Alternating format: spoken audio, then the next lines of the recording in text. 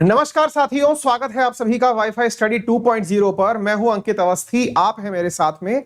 आज के भारत के अंदर सबसे ज्यादा ट्रेंड में चल रहे विषय के बारे में और जानकारी प्राप्त करने के लिए विषय चल रहा है हिजाब के ऊपर विवाद का। और हिजाब जो कि कर्नाटक के अंदर एक कॉलेज के अंदर यह विवाद के रूप में निकल के आया, अब यह दुनिया में कहां तक पहुंचा और इसकी वजह से भारत की इमेज पर क्या फर्क पड़ेगा, और भारत की इमेज पर ही नहीं, भारत के अंतरराष्ट्रीय संबंधों तक क्या क्या नुकसान हो सकता है। मानव अधिकार रिपोर्ट्स में या फिर फ्रीडम इंडेक्स में या फिर इक्वालिटी इंडेक्स में हम कहां कहां पहुंच सकते हैं, ये तमाम बातें आज के सेशन के अंदर की जाएंगी। क्योंकि अल्टीमेटली जब भी कभी रिपोर्ट्स आती हैं तो उसके बाद में इन्हीं चीजों को कंसीडर किया जाता है, इसलिए इन सभी पहलुओं को ध्यान में रखते हुए आज के सेशन को आप सुनने वाले हैं। जैसा कि आप सभी जानते हैं कि भारत में इस समय जो सबसे ज्यादा ट्रेंड में न्यूज चल रही है, और अगर आप और जानना चाहते हैं तो हमारे कमेंट बॉक्स में हमने एक वीडियो पिन कर दिया है, आप उसे देख सकते हैं। हमने मॉर्निंग में ही कवर किया है, आप उसे देखें। उसमें हमने पूरी तरह से एक्सप्लेन करने का प्रयास किया है कि कर्नाटक में क्या विवाद चल रहा है। फिलहाल जो अपडेट्स हैं वो मैं आप तक देना चाहता हूं। एकदम अपडेटेड न्यूज तो यह है कि कर्नाटका हाईकोर्ट के अंदर जो हिजाब का विवाद चल रहा है, उसमें कर्नाटका हाईकोर्ट ने अपडेट देते हुए कहा है कि हम इस मसले को अब एक लार्जर बेंच के पास सौंपेंगे। यानी कि जो पहले छोटी बेंच से मतलब जो सिंगल जज बेंच या डबल जज बेंच थी, उसकी जब एक लार्जर बेंच के पास में इस मसले को भेजेंगे। इसके साथ साथ कर्नाटका के अंदर 200 मीटर तक स्कूल के रेडियस में प्रदर्शनों पर बैन है। 2 वीक तक किसी भी प्रोटेस्ट को अलाउ नहीं किया गया है। ये एकदम लेटेस्ट इवनिंग का अपडेट है। न्यूज क्या है, खबर क्या है, ये खबर थोड़ा सा मैं ब्रीफली आपको फिर भी बता देता हूं। कर्नाटका के अंदर एक स्थान है उडुपी डिस्ट्रिक्ट के अंदर, जिसका नाम है कंडापुरा। यहां पर मुस्लिम महिलाओं को, मुस्लिम बच्चियों को स्कूल में हिजाब पहनने से स्कूल एडमिनिस्ट्रेशन ने मना किया, जिसके बाद में संपूर्ण कर्नाटका के बहुत से हिस्सों में इस प्रकार के प्रदर्शन देखे गए। प्रमुख रूप से कुछ डिस्ट्रिक्ट्स में ये खबरें दिखाई गई, जिसमें कि क्लास के जो स्टूडेंट्स हैं, विशेष रूप से जो हिंदू कम्युनिटी से बिलोंग करने वाले स्टूडेंट्स हैं, वो अपने साथ में भगवा शॉल लेकर के या मफलर लेकर के स्कूल प्रेमाइसिस या कॉलेज प्रेमाइसिस में पहुंचने लगे। और जो लड़कियां हैं वो हिजाब पहन करके स्कूल के अंदर आने लगी, जिसकी वजह से संपूर्ण भारत में इस समय पर हिजाब का जो मामला है ये ट्रेंड कर रहा है। ट्रेंड इतना कर रहा है कि इंडिया में इस समय पर अगर देखा जाए तो हिजाब बैन की मांग जो है वो नंबर 1 पर ट्रेंड कर रही है। ऑल इंडिया के अंदर हिजाब के अंदर हिजाब बैन करने की जो न्यूज है वो नंबर 1 पर ट्रेंड कर रही है। इसके बाद में कर्नाटका हाईकोर्ट के फैसले पर सबकी निगाह थी, क्योंकि कर्नाटका हाईकोर्ट में इस बात की संवैधानिकता चेक होने गई थी कि क्या हिजाब लड़कियों को पहनना संवैधानिक रूप से जरूरी है, या पब्लिक ऑर्डर के मसले पर राज्य सरकार इसके ऊपर बैन लगा सकती है। इस विषय को कर्नाटका हाईकोर्ट में सर्च किया जा रहा था, तो हाईकोर्ट ने अपने फैसले में फिलहाल इतना ही रखा है कि हम इसे लार्जर बेंच की तरफ शिफ्ट कर रहे हैं। तो ये 2 चीजें इस समय ट्रेंड पर थी, तो वो हमने आपको दिखा दिया। पूरे इंडिया में ये 2 बहुत ज्यादा सर्च की जा रही न्यूज है। सरकार के द्वारा जो नोटिस जारी किए गए हैं वो हमने आपके सामने रख दिया, और डिटेल आपके सामने ऑलरेडी है। विवाद का विषय जो है हमने आपको बता दिया। एक तरफ स्कूल के अंदर लड़कियां हिजाब पहनकर आना चाहती हैं, जिसके रेफरेंस में वो केरल हाईकोर्ट के द्वारा दिया गया एक फैसला कोट करती हैं। उस फैसले में वो ये कहना चाहती हैं कि आर्टिकल 25 जो कि भारत में मूल अधिकार में दिया गया है, भारतीय संविधान के भाग 3 में आर्टिकल 25 क्लॉज 1 के अंदर किसी भी व्यक्ति को विशेष रूप से धार्मिक स्वतंत्रता के मायनों में कहा गया है कि कोई भी व्यक्ति अपने धर्म की प्रैक्टिस कर सकता है, प्रोफेस कर सकता है और प्रोपोगेट कर सकता है। इन्हीं मायनों को ध्यान में रखते हुए मुस्लिम बच्चियां जो हैं वो संवैधानिक दायरों को पालना में रखते हुए अपने धर्म के अंदर जो संवैधानिक रूप से जरूरी बताई गई बातें हैं उनकी पालना कर रही हैं। क्योंकि केरल हाईकोर्ट का वर्ष 2016 का एक फैसला यहां पे बार बार कोट किया जा रहा है, जिसमें केरल हाईकोर्ट ने एक बार कहा था कि हिजाब पहनना मुस्लिमों का मूल अधिकार है, फंडामेंटल राइट है। इसी बात से अब ये लड़कियां हिजाब पहन करके स्कूल में जब आती हैं तो ये स्कूल प्रशासन के द्वारा यूनिफॉर्म यानी कि स्कूल में सभी लोग एक जैसी ड्रेस पहने, इस बात का विरोध कर रही हैं। और यही कारण है कि एक तरफ कर्नाटक सरकार बोल रही है कि हम स्कूल में ना तो किसी को भगवा वस्त्र पहन के आने देंगे, ना ही हिजाब पहन के आने देंगे, और कर्नाटका सरकार स्कूलों में इस यूनिफॉर्मिटी को मेंटेन करने के लिए किसी भी अतिरिक्त वस्त्र को अलाउ नहीं कर रहे हैं। और उनका कहना है कि पब्लिक ऑर्डर को मेंटेन करते हुए हम स्कूल कॉलेजेस प्रेमाइसेस में एक जैसी ही ड्रेस रखना चाहते हैं। ठीक है, तो एक तरफ सरकार है जो कि कहना चाहती है कि हिजाब पहनकर नहीं आना है। ऐसी ही चीजें आगे भी प्रोपोगेट हुई हैं। मध्य प्रदेश सरकार ने भी कहा है कि हम स्कूलों में हिजाब पहनना अनिवार्य, हिजाब पहनने की बैन करेंगे। स्कूलों में हिजाब, कॉलेज में हिजाब नहीं पहना जाएगा। साथ में अब इस विषय को लेकर के अंतरराष्ट्रीय मीडिया किस प्रकार से इस पर चर्चा कर रहा है, दुनिया में विशेष रूप से जिन देशों में मुस्लिम रहते हैं उन्होंने इस पर कैसे रिएक्ट किया, भारत पर किस प्रकार का प्रेशर बनाने का प्रयास किया जाएगा, इसके क्या मायने निकलेंगे, आइए एक एक करके उनके बारे में चर्चा करते हैं। पाकिस्तान की एक एक्टिविस्ट जिन्हें भारत में जब कैलाश सत्यार्थी जी को नोबेल पुरस्कार दिया गया था, उसी समय उनके साथ में पाकिस्तान की एक बच्ची को पुरस्कार दिया गया था जिसका नाम था मलाला यूसुफजई। मलाला यूसुफजई और कैलाश सत्यार्थी ने एक साथ नोबेल पुरस्कार प्राप्त किया था। मलाला यूसुफजई वो हैं जो कि स्कूल जाने से रोकने के लिए उनके ऊपर हमला हुआ था। इस वजह से इन्होंने पढ़ाई जो है वो इनको पढ़ाई से रोकने के बावजूद भी इन्होंने पढ़ाई जारी रखी। इस कारण से ये काफी ज्यादा ट्रेंड में रही थी और इसी कारण से इन्हें नोबेल पुरस्कार से सम्मानित भी किया गया था। यानी पाकिस्तान का वो फेस बनकर के आई जो कि महिला शिक्षा के लिए सबसे आगे आकर खड़ी हुई थी। That is Malala Yousafzai. मलाला यूसुफजई जो कि पाकिस्तान से हैं लेकिन फिलहाल पाकिस्तान में नहीं रहती हैं, उन्होंने इस विषय के ऊपर ट्वीट किया है। और क्या कहा है? मलाला यूसुफजई ने कहा है कि college is focusing us to choose between studies and the hijab. यानी कि कॉलेजेस जो हैं वो हमारे यहां पर ये डिसाइड करने का फैसला कर रहे हैं कि हम पढ़ाई करें या हिजाब चूज करें। Refusing to let girls go to school in their hijab is horrifying. Objectification of women persist for wearing less or more. Indian leader must stop the marginalization of Muslim women. यानी कि महिलाओं के साथ में जो ये घटना हो रही है, इस विषय पर भारत के नेताओं को एक्शन लेना चाहिए, ऐसा मलाला यूसुफजई ने अपने ट्वीट में कहा है। और उन्होंने scroll.in की एक न्यूज भी यहां पर कोट कर दी है। ठीक है, इसी प्रकार से पाकिस्तान के विदेश मंत्री शाह महमूद कुरैशी ने इस न्यूज के ऊपर टिप्पणी करते हुए कहा है कि depriving Muslim girl of an education is a grave violation of fundamental human right. उन्होंने इसे जोड़ दिया है कि भारत में बच्चियों को पढ़ने ही नहीं दिया जा रहा है। यानी कि यहां पर हिजाब से ऊपर निकल गए हैं ये लोग और कहना चाह रहे हैं कि यहां पर एजुकेशन से रोका जा रहा है। Depriving Muslim girls of an education is gave violence of fundamental human right. जबकि यहां मसला कुछ और है। वही बात है कि यह बात फैलते फैलते कहीं और तक पहुंच गई है। यहां स्कूल में पढ़ने वाले बच्चों को हिजाब पहनने से इनकार किया गया है, यूनिफॉर्म एक जैसा दिखने का कहा गया है, लेकिन ये इस विषय को महिलाओं की शिक्षा से जोड़ करके दिखाना चाह रहे हैं। To deny anyone this fundamental right and terrorizing them for wearing hijab is absolutely oppressive. बच्चियों को पढ़ने नहीं देना। इन्होंने जिस विषय पर चर्चा की है उसमें हिजाब पहनी हुई बच्चियों को जब कॉलेज में एंट्री नहीं करने दिया गया, ये उसको कहना चाहते हैं कि बच्चियों को पढ़ने से रोका जा रहा है, उन्हें आतंकित किया जा रहा है, टेरराइजिंग किया जा रहा है, ऐसा इन्होंने कहा है। और इन्होंने कहा है कि world must realise this is a part of Indian state plan of ghettoisation of मुस्लिम।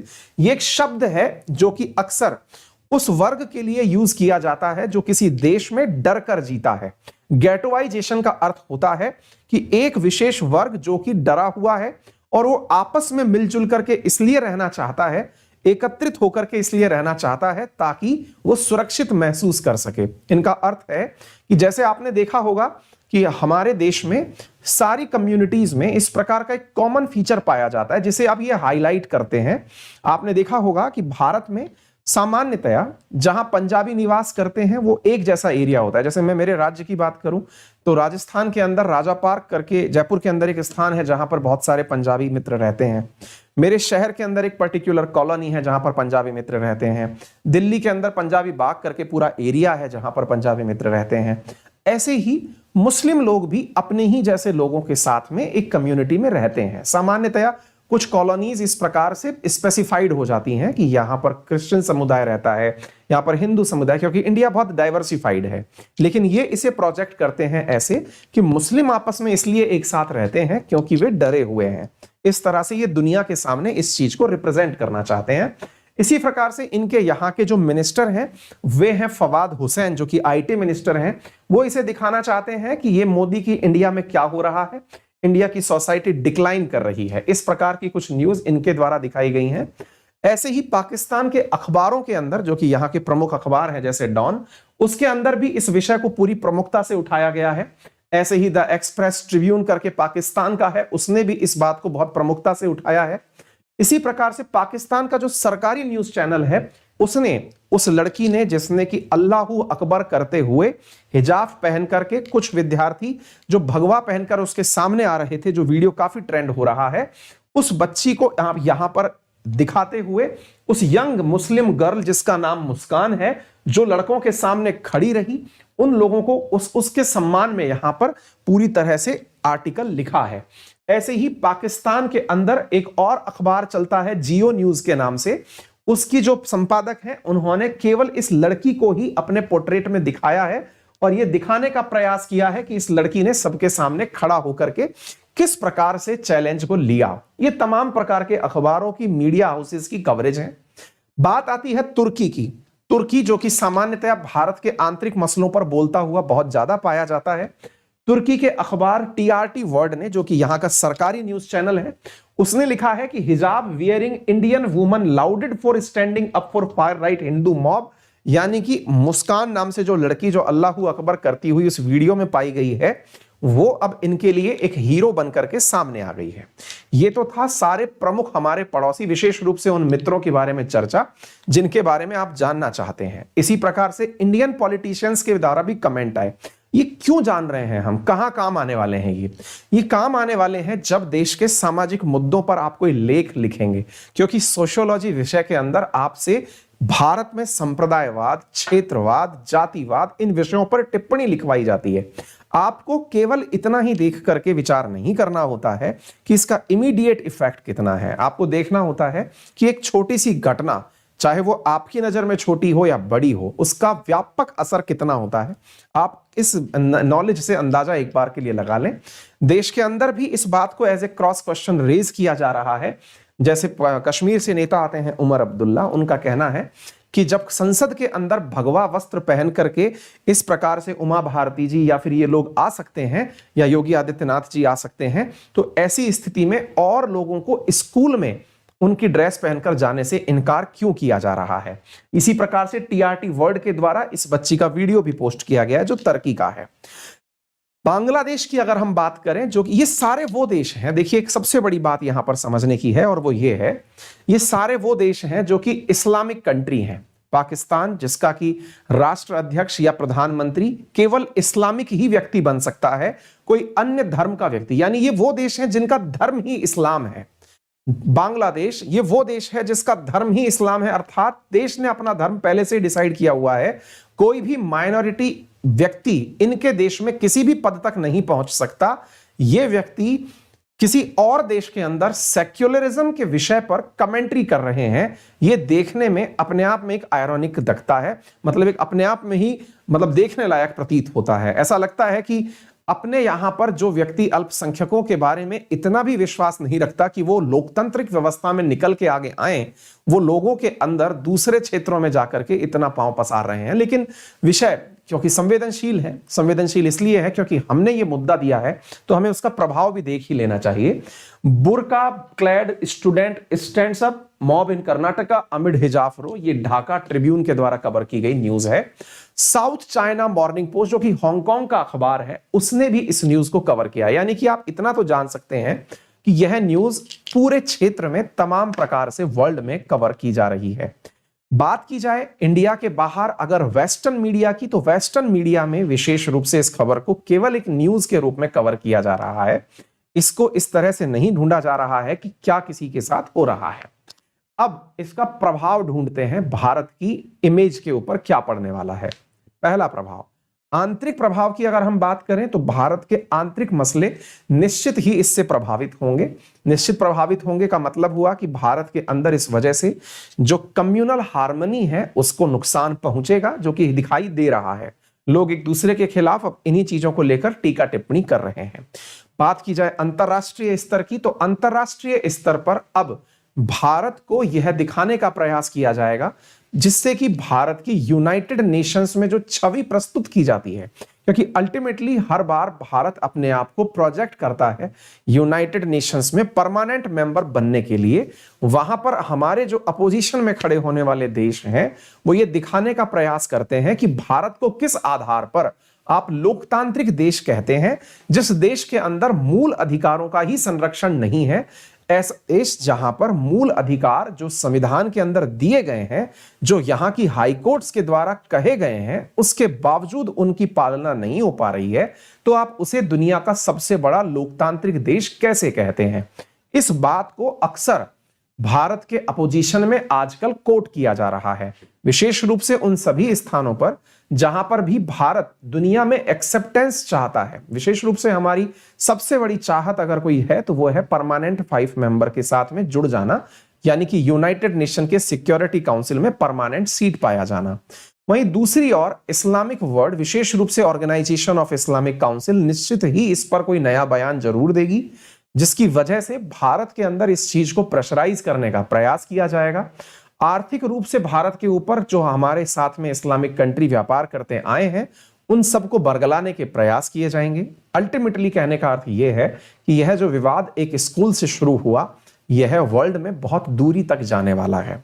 इसी वजह से भारत की कम्युनल हार्मनी कितनी रिक्वायर्ड है, इस पर आप खुद से अपना लेख स्वतः तैयार करें। फिलहाल के लिए इतना ही। यदि आप चाहते हैं मेरे साथ जुड़कर पढ़ना तो मेरा रेफरल कोड है अंकित10, जिसका यूज करके आप अनअकैडमी पर कोई भी सेशन परचेज करें, 10% का आपको उस पर डिस्काउंट प्राप्त होता है।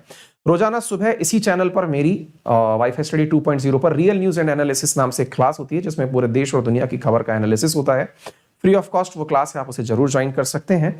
और साथ में स्पेशल क्लासेस आज से फिर शुरू हो गई हैं शाम 6 बजे, आप उन क्लासेस में भी बैठ सकते हैं। यदि आप चाहते हैं अनअकैडमी पर कोई भी सब्सक्रिप्शन परचेज करना तो फिलहाल यूपीएससी के सब्सक्रिप्शन में फ्लैट 45 100% का ऑफ चल रहा है।